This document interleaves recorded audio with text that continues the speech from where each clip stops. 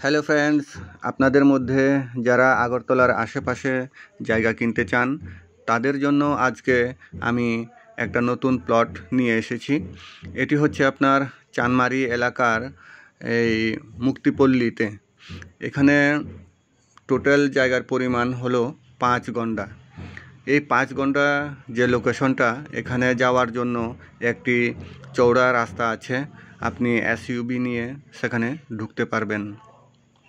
এই 5 গন্ডা জায়গার বিক্রয় মূল্য ধার্য করা হয়েছে 70 লক্ষ টাকা, স্লাইটলি নেগোশিয়েবল।